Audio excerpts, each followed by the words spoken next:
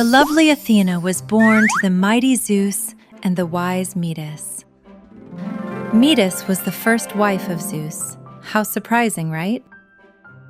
After Metis became pregnant, Zeus went to Gaia and asked, "What kind of child will be born? A son or a daughter?" If the child Metis bears is a daughter, there will be no trouble.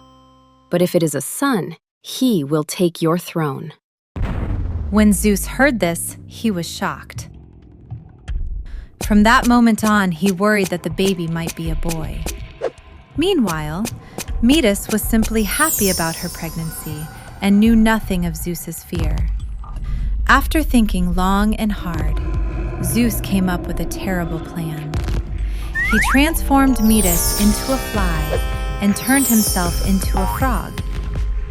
Then he swallowed her whole. Poor Metis. She was eaten by Zeus while she was still carrying their child. Just like his father Cronus, Zeus had done the same.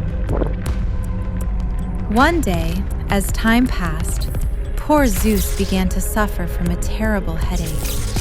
Hephaestus tried to find out what was causing Zeus's pain, so he split Zeus's head open with an axe. At that very moment, the lovely Athena, fully armed in shining armor, sprang out of Zeus's head. It is said that when Athena was born, the sky, the earth, and the sea all rejoiced.